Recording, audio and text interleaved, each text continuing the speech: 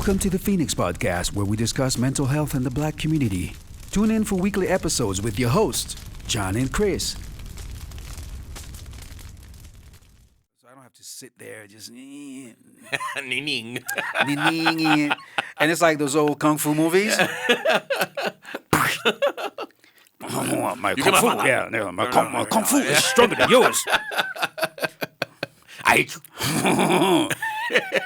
Tsinghua, we must avenge your father's death. Again. Okay, yeah. Meanwhile, 5 seconds later, yeah.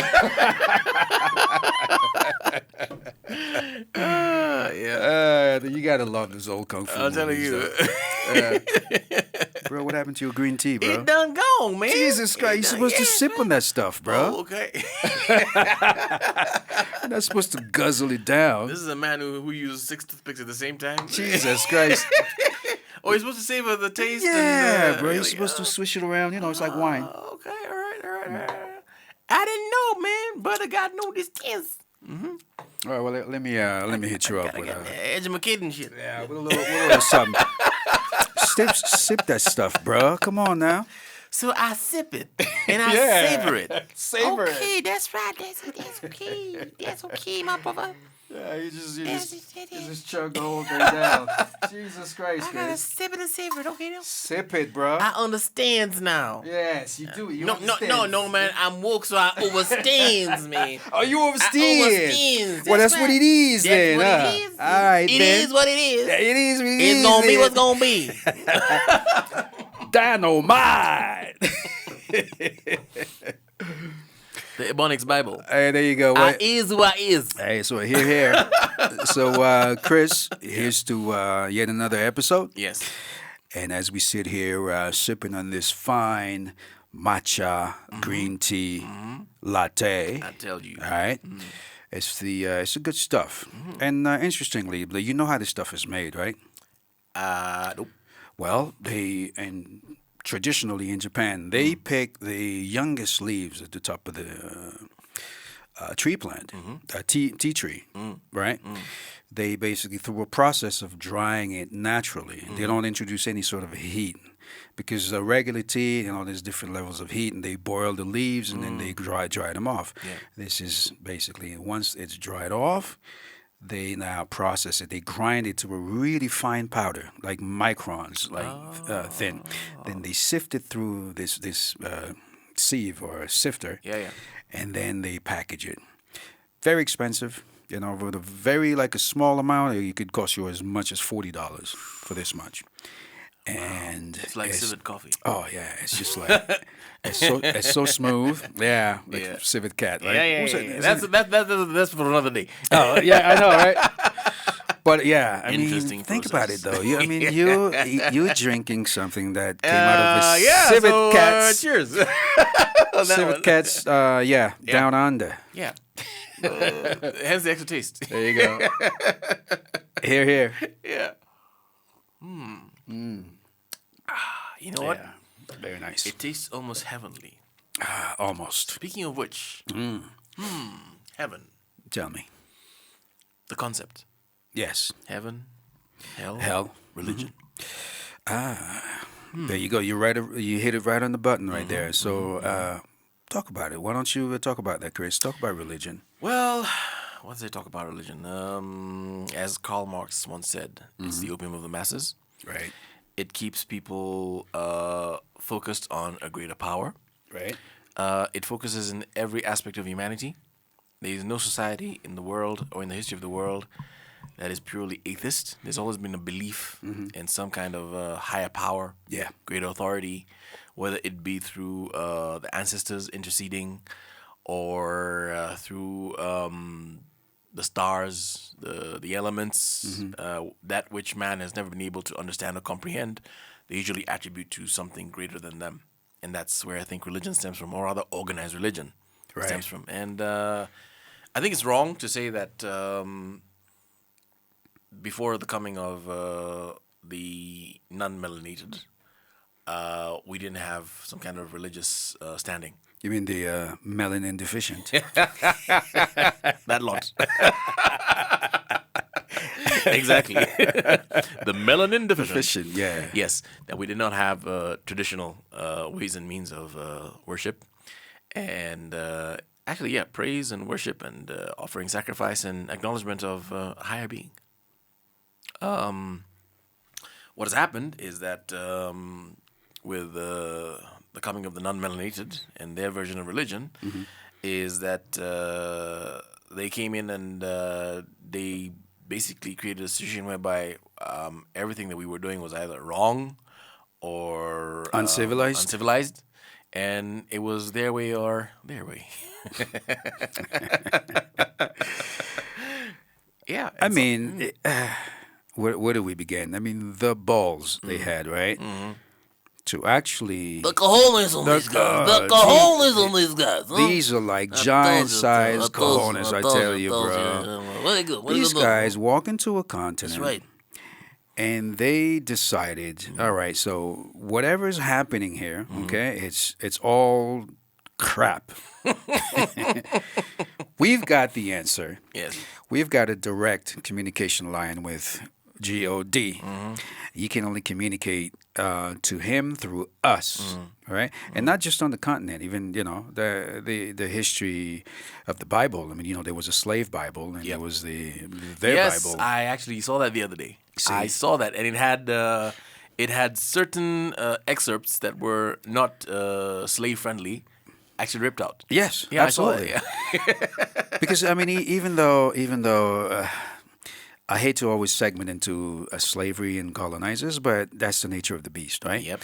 So we, in essence, what ended up happening is whatever gave the enslaved people a glimmer of hope, or to peer into the actual word, into the actual gospel, they decided, well, that's not going to happen, because if they now read those excerpts, which also was against the law, because as an enslaved person, you're not supposed to read. Exactly. All right. Read or write. If you were caught reading or writing, you suffered the consequences. Unless you were the house.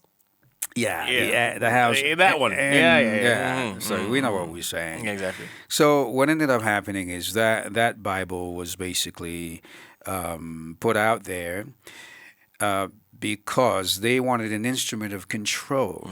It was a control mechanism. It was a control device whereby they would probably choose like one of us who they would actually teach how to read the gospel in their own interpretation. Exactly. And now they teach it to the congregation of the enslaved people. And did you also know a very interesting tidbit? On Sunday service, there was usually a marshal, but they weren't called marshals, but a guard standing by the door if the preacher so much as signaled that he wanted to like get into a coded message or deviate from the teachings, right? There was a sign, don't go there. Wow. And he had to fall back in. You know what I'm saying? So all these type of things, and again, even on the continent, when the first missionaries were sent to the continent, what do you think they gave them? A Bible and a gun. Exactly. So if you are a messenger of God, why would you need a gun? It was the 3 C's: Christianity, commerce, civilization. There you go.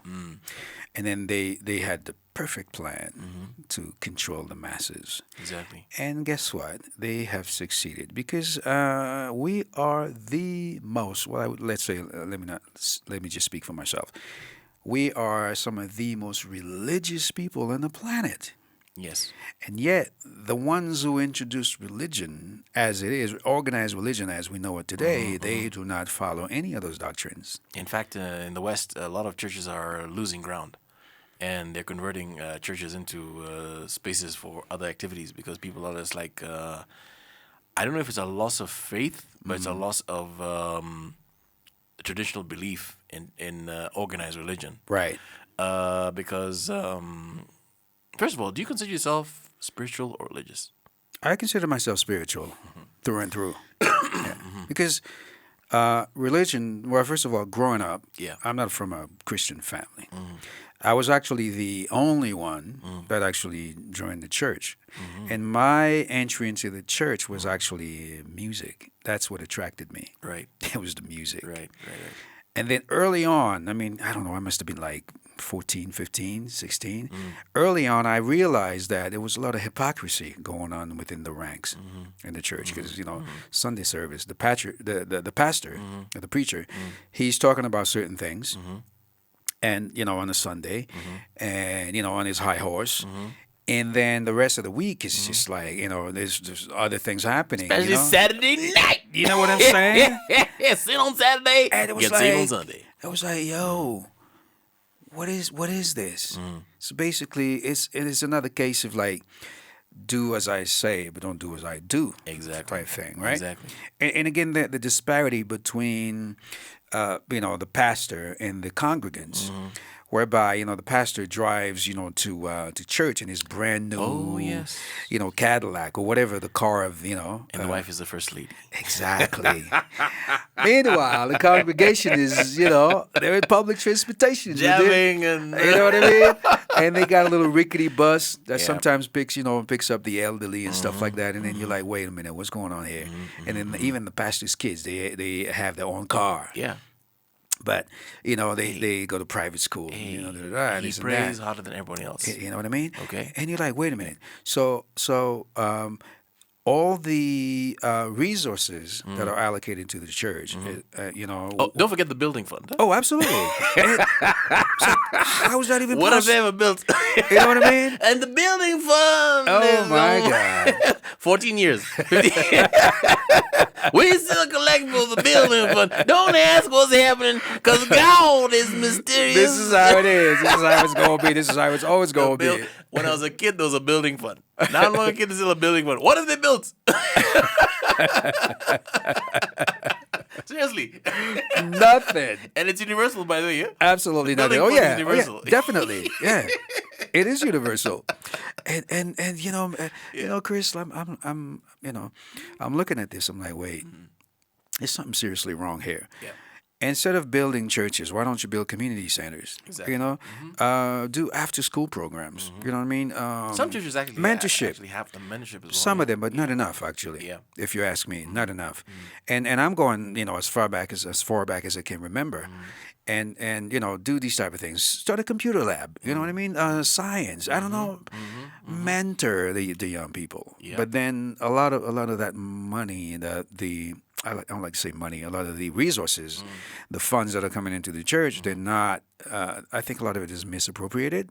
Well, it depends because there's organizations like I was fortunate enough to have gone to a Catholic school, Right. and the Catholics really invest in education in a big way because they know the value of education, Right. and it's all round education. So if you're not good in academics, then you're good in sports. You're not good in sports, you're good in maybe sciences, something like that kind of thing, or the arts. So they find something that you're good at. Right. Now here's the thing. The dirty little secret about organized religion Right. is guess who is the largest landowner? The Vatican. Oh, exactly. Yeah. Exactly. On this universe. Oh, yeah, on absolutely. This planet. I mean, they Absolutely. have land up the wazoo everywhere. Absolutely. And this is, again, another control mechanism because he who owns land controls a lot of things. Okay? This is not a conspiracy theory. This is the truth. Man. No, it's not. Yeah, it's the This is absolute the truth. This is the truth. You do your research and everything. Pay attention. Exactly. Yeah. Yeah. It's not a QAnon thing.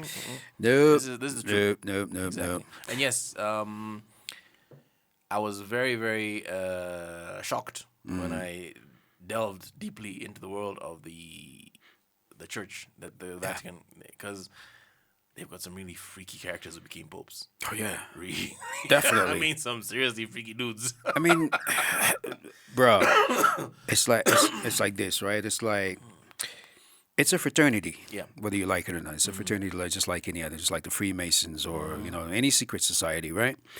They protect their own. The blue line of silence. Yes. They always protect their own. Yes. So even as far back, I guess the 40s, 50s, the 60s, a lot of priests were doing like really bad things to small children, just young boys specifically. Hey, even not right? not as far back as that. Even now. Yeah, it's still Yeah, happening. still now. Yeah. Except now, I think people talk about it more openly, right? But back in the day, it was like, ooh, no, bury that stuff. Yeah. First of all, it brought shame to the family. Yes. If a boy raised the alarm, a lot of the times it was swept under the rug because Right. they didn't, because of the stigma attached to Yeah. it, Yeah. right? Of course, definitely. Yeah. And then now later on, all these boys, when they became men and Yeah. they developed psychological and mental Exactly, issues, exactly, yeah. then they started talking about it. But guess Yes. what the Vatican and the church did? Yeah. They keep shuffling these guys Shuffling the around. priests around, yeah, of Exactly. course, yeah. Oh, we'll reprimand him, right? But then next thing you know, he's in another parish wreaking havoc. And then they keep rotating them around. Yeah. You see? And like now, Biden is president. Yep. Biden is Irish Catholic. That's right. JFK was president. He was Irish Catholic. That's right. And for the longest time, they believed that you couldn't be a president if you're Irish Catholic because your loyalty is not to the country, it's to the Vatican. That's right. So that's got to do something to your psyche. Even like right now, people are like, oh, okay, so here we go again. It's Kennedy Part 2. Yeah. But see, now the difference is, religion is not such a it's not so linchpin. ingrained into the fabric of American society anymore. Although, there's always, there's still the Bible Belt. There's a far right, my friend. Of course, the The Bible evangelicals. Belt is the evangelical, Evangelicals. evangelical. I like that. The I like- Trumplicans, Republicans. and the Trump, Republicans, and that's actually there's a bit of, like you said, a lot of churches are shutting down because people are realizing, wait a minute, we've been praying all these years and then our prayers have never been answered. Yeah. That for one, yeah. and then there's a lot of hypocrisy. For instance, 45. Of course there is. Yeah. Well, you see, 45. Although he was elected on certain principles, but he does not align himself with any of those principles whatsoever. Remember the time when they asked him, "What's your favorite Bible verse?"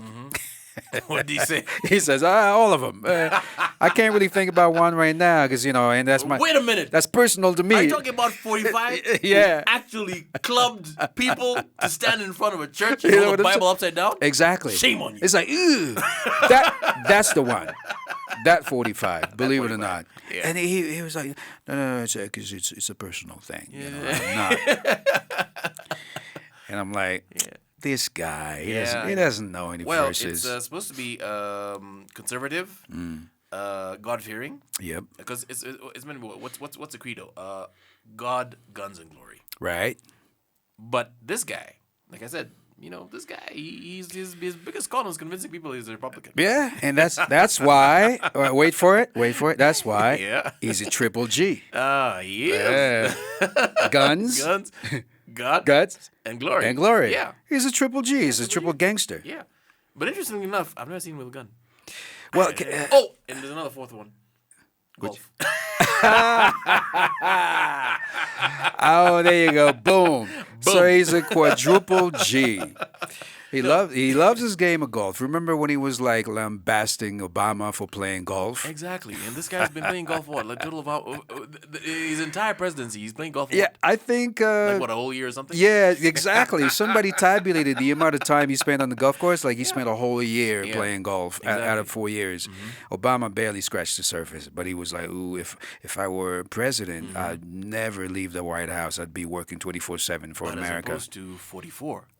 45 was looked at as the chosen one. Yes. He was the solution. Oh my God. He was yeah. heaven sent.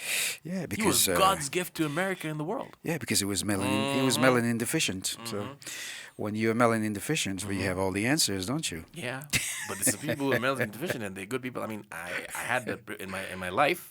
Once upon a time, I Right. had the good grace to attend a Reverend Billy Graham crusade. Oh, really? Yeah, it was in Queens, Oh, cool. and that guy had something. I can't say what it was, but he transcended melanin, Right. non-melanin. I think he was a good guy. Yeah. I think he was just a good guy. I've never attended any of his crusades. But you've seen. yeah, I've heard- seen him on basically. I've seen him on air. And I mean, this guy was like, he would never meet a lady member of the congregation Right. without either his personal assistant there with him, or his wife, or the door would be open. I mean, this guy's he was not taking any chances. So there's no, you're not gonna pull a whatever a Bill Cosby